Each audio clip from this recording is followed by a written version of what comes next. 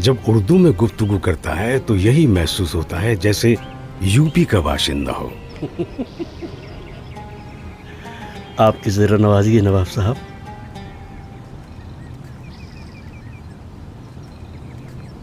तारिक की शख्सियत कितनी अजीबो गरीब है, और इस वक्त जब वो हमारे पाई बाग में बैठा मुझे और अब्बा जान को अपने सफ़र की दास्तानें सुना रहा है, उसकी गोद में एक नेवला बैठा ऊँग रहा है। ऐसा अजीबो गरीब नेवला कम से कम हम लोगों की नज़रों से आज तक नहीं गुजरा है। कद और लंबाई में हिंदुस्तानी बिल्ली से किसी तरह कम नहीं है। तारिक साहब, मैं इस नेवले के बारे में कुछ जानना चाहती हूँ। हाँ हाँ, क्यों नहीं। मैंने आज तक इतना खौफनाक नेवला नहीं देखा। हाँ, ये कामयाब है और एशिया में तो इसका वजूद ही नहीं है। मैंने इसे ब्राज़ील के जंगलों में पकड़ा था, ये उस वक्त बच्चा था। तो क्या ब्राज़ील में इस किस्म के नेवले होते हैं? नहीं, ऐसा तो नहीं, ये वहाँ भी कामयाब है। इसमें एक बहुत बड़ी सिफत है। वो क्या? इसे कोई चीज़ सुंघा कर अगर तुम पाताल में भी छुपाओ तो ये उसे ढूंढ लेगा। अच्छा, तो फिर हमें ये तमाशा आप कब दिखाएंगे? जब कहो।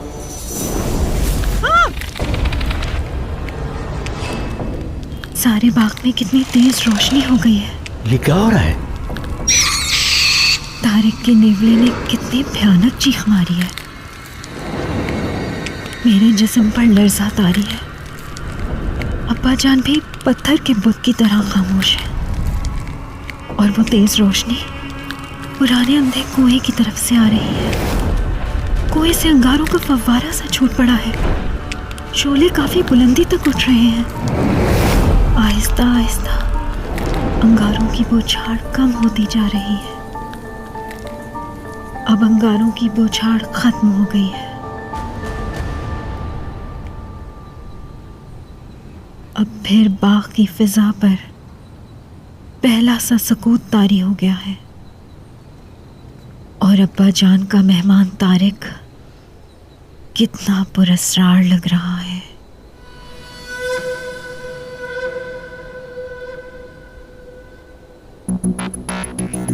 ये क्या तमाशा था रशीदुज़्ज़मा?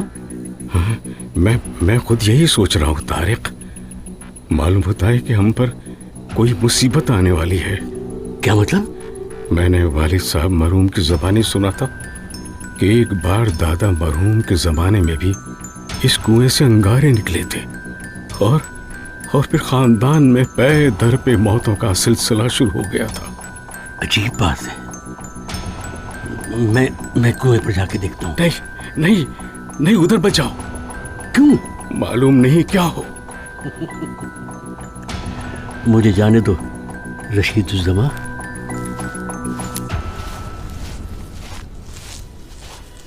तारिक हंसकर आगे बढ़ गया है। उसका नेवला एक पालतू कुत्ते की तरह उसके पीछे पीछे चल रहा है। अब्बा जान दम बखुद खड़े रह गए हैं। तारिक, मैं कहता हूँ लौट आओ तारिक। तारिक वापस नहीं आ रहा। वो कुएं में झांक रहा है। उसने टॉर्च की रोशनी कुएं में डाली है। वो अब्बा जान को बुला रहा है। रशीदुज़्ज़मा, यहाँ आओ। रशीद। अब्बा जान बादल नख्वास्ता आगे बढ़े हैं। मुझे भी उनके साथ जाना चाहिए। अब्बा जान, मैं भी आपके साथ आऊंगी। नहीं गजाला, तुम यहीं ठहरो। तारिक अब्बा जान को कुएं में झांकने का इशारा कर रहा है। अब्बा जान झांक रहे हैं।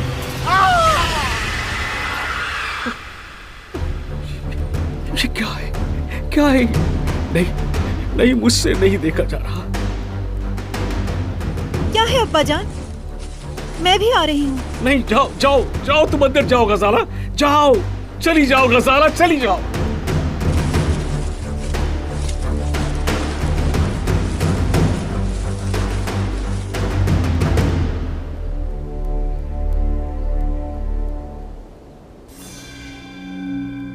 अब्बा जान का लहजा इतना डरावना था कि मैं बेख्तियार कोठी की तरफ मुड़ गई।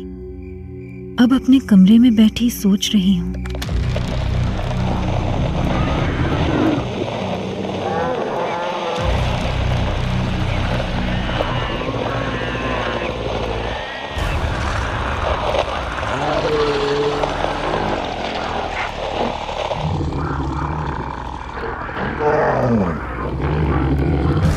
ये अजीबोगरीब आवाजें, ऐसा महसूस होने लगा है जैसे ये आवाजें दरो दीवार से निकल रही हों।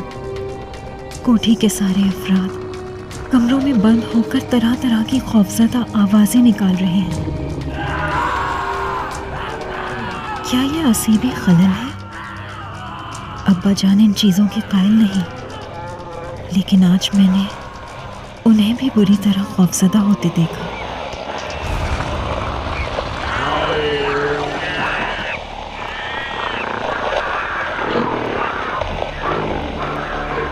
कमरों में छुपे हुए लोगों में अब भी इतनी हिम्मत नहीं है कि बाहर निकल आए, लेकिन अब्बा जान और तारिक बाहर से कोठी में आ चुके हैं।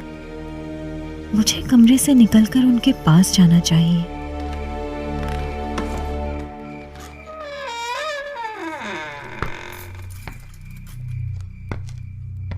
क्यों भाई तारिक, तुम ही कुछ बताओ, ये सब क्या हो रहा है?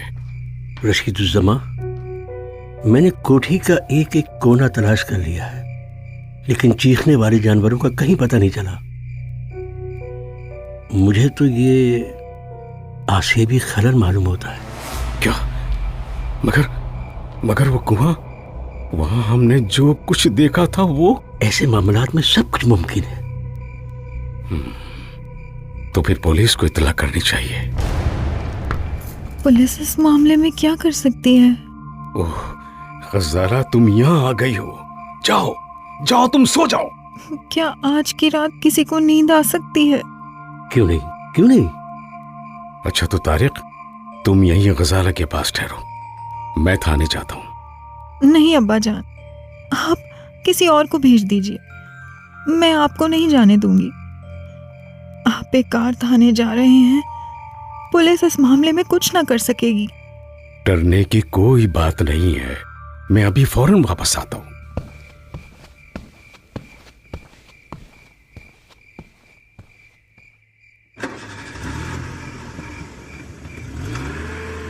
तारिक साहब, आखिर आप बताते क्यों नहीं कि अब्बा जान थाने किस लिए गए हैं? आप दोनों ने उस कुएं में क्या देखा था? गज़ाला, तुम जाकर सो जाओ। जाओ, चलो अपने कमरे में चलो। नींद नहीं आएगी। आएगी कैसे नहीं? मैं तुम्हें हिप्नोटिज्म के जरिए सुला दूंगा।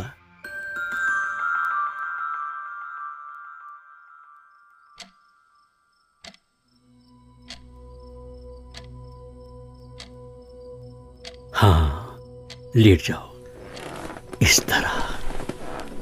ठीक, मेरी तरफ देखो, मेरी आंखों में देखो। सो जाओ, तुम सोती जा रही हो, तुम्हें नींद आ रही है, तुम्हारी आंखें बंद हो रही है। जैसे तारिक साहब की आंखों से बरकी लहरें निकलकर मेरे जिस्म में सरायत करती जा रही हूँ। जहन सुस्त होता जा रहा है, पलकें बोझल, तारीकी, चारों तरफ अंधेरा ही अंधेरा। तुम्हारी नींद गहरी होती जा रही है, तुम्हारी नींद गहरी होती जा रही है।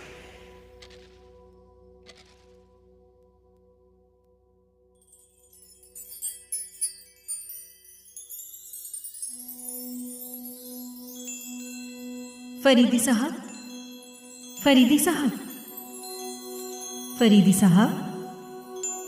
आप खामखा परेशान हो रही है, इत्मीनान रखिए, आप कतई महफूज हैं। आप अभी लेटे रहिए तो बेहतर है। आवाज तो फरीदी साहब की है, लेकिन चेहरा। अरे गज़ाला, तुम रोती क्यों हो? फरीदी साहब, वो बदनसीब नवाबजादी मैं ही हूँ। आपके कपड़े भीगे हुए। मुझे सख्त शर्मिंदगी है। शर्मिंदगी किस बात की है? ख्वामख्वाह आपको तकलीफ हो रही है। गजाला, ये तुमने अपना सर क्यों फोड़ लिया? लेकिन मैं कहाँ हूँ? क्या ये फरीदी साहब का मकान नहीं है? 100% उन्हीं का है। तो क्या आप ही फरीदी साहब हैं? ओह, तो कहिए आप गजाला खानम हैं। मुझे इसकी परवाह नहीं। खुद नुमाई से ज्यादा मुझे अपने आराम और तकलीफ का ख्याल रहता है। आप अब भी मुझे बूढ़ा ही समझिए। फरमाइए, मैं आपकी क्या खिदमत कर सकता हूँ? आपकी औकात ही क्या है? एक मामूली इंस्पेक्टर, बदतमीज कहीं के। तो क्या ये प्राइवेट सेक्रेटरी वाला मामला सच है? कहिए कहिए, मेरा सीना राजों का मकबरा है, आप इत्मीनान रखिए। किसी तरह मुझे इस मुसीबत से निजात दिलवाइए फरीदी साहब। घबराइए नहीं। अगर आप सच्ची हैं तो आपको बचाने के लिए मैं अपनी जान तक दे देने का वादा करता हूँ। मंजूर।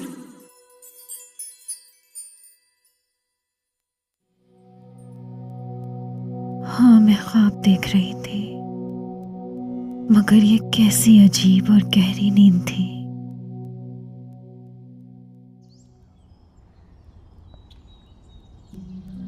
अगली सुबह मालूम हुआ कि जब मैं सो रही थी तो अब्बा जान पुलिस वालों को साथ लेकर थाने से वापस आए थे। दरअसल अब्बा जान और तारिक साहब ने कुएं में एक औरत की लाश देखी थी। जब अब्बा जान पुलिस को बुलाने गए तो तारिक साहब हिप्नोटिज्म के जरिए मुझे सुलाने के बाद दोबारा कुएं पर गए। इस दफा उन्होंने औरत की लाश के बजाय एक मर्द की लाश देखी, और जब पुलिस ने आकर कुएं में झांका तो वहां किसी की लाश भी नहीं थी। उससे पहले उसी कुएं से चिंगारियां निकल चुकी थी। कोठी के दरो दीवार से अजीब और गरीब आवाजें बरामद हुई थी। पुलिस ने भी इसे आसेब करार दे दिया और तारिक ने अब्बा जान से कहा, रशीदुज़्ज़मा, गजाला तुम्हें पहले ही मना कर रही थी। अरे भला आसेबी मामलात में पुलिस क्या कर सकती है? एक बार मैं भी मिस्र में ऐसे ही हादसात से दो चार हुआ हूं। भाई तारिक, मेरी अक्ल काम नहीं करती, सख्त उलझन में हूं। मैं इन चीजों का कायल नहीं, मगर वाकयात ऐसे पेश आए हैं कि कुछ कहते सुनते नहीं बन पड़ती। नहीं, आपको इन चीजों का कायल होना चाहिए, क्योंकि बदरवाह का मौजूद है।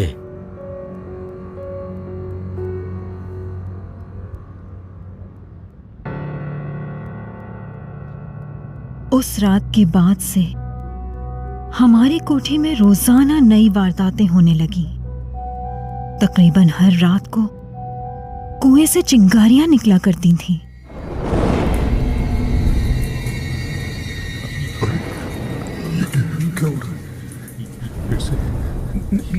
ये क्या हो रहा है? तमाशा वाला है भाई साहब, तमाशा वाला है। चुप रहो परवेज, भाग जाओ यहाँ से। 40 साल परवेज शेरख्वार बच्चों की तरह सहम कर घुटनों के बल चलता हुआ कमरे में घुस गया है। रशीदुज़्ज़मा, मेरा ख्याल है कि परवेज पर भी किसी बहुत बड़े जिन का साया है। शायद वही इन सारी मुसीबतों की वजह है।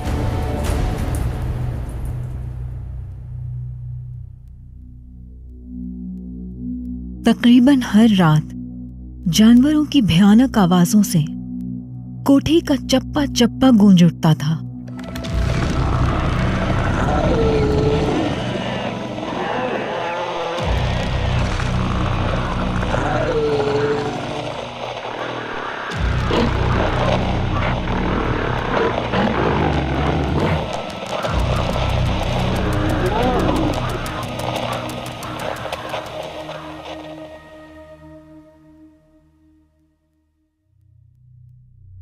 अचानक एक अस्तबल में अब्बा जान का बेशकीमत घोड़ा मुर्दा पाया गया। दूसरे दिन एक अच्छी नस्ल का कुत्ता, तीसरे दिन एक गाय मर गई, और फिर तो इसका सिलसिला शुरू हो गया। तकरीबन रोजाना किसी न किसी तरह के पालतू जानवर की लाश मिलती। कई नौकर हमारी कोठी से चुपचाप खिसक गए। उन्हें गालिबन ये डर था कि कहीं जानवरों के बाद आदमियों का नंबर ना आ जाए।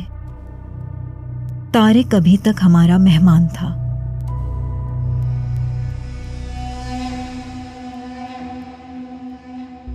तारिक, अगर वाकई आसिब ही मामला है तो इससे किस तरह गुलो खुलासी हासिल हो सकेगी?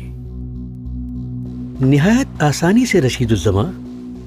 क्या आपको कोई ऐसा आदमी नहीं मिल सकता जो बद अरवाह को भगाने का अमल जानता हो?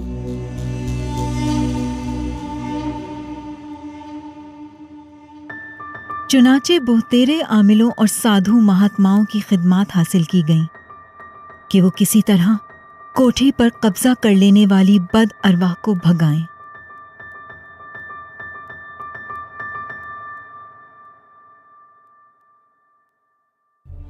शुरू में मेरा भी यही ख्याल था कि ये कोई आसेबी मामला है, लेकिन जब आमिलों और साधुओं में से कोई कामयाब ना हो सका तो मुझे यकीन हो गया कि ये इंसानी साजिश के अलावा और कुछ नहीं। अब्बा जान, ये इंसानी साजिश के अलावा और कुछ नहीं। मैं सोच रही हूं क्यों ना इस मामले में फरीदी साहब की मदद हासिल की जाए।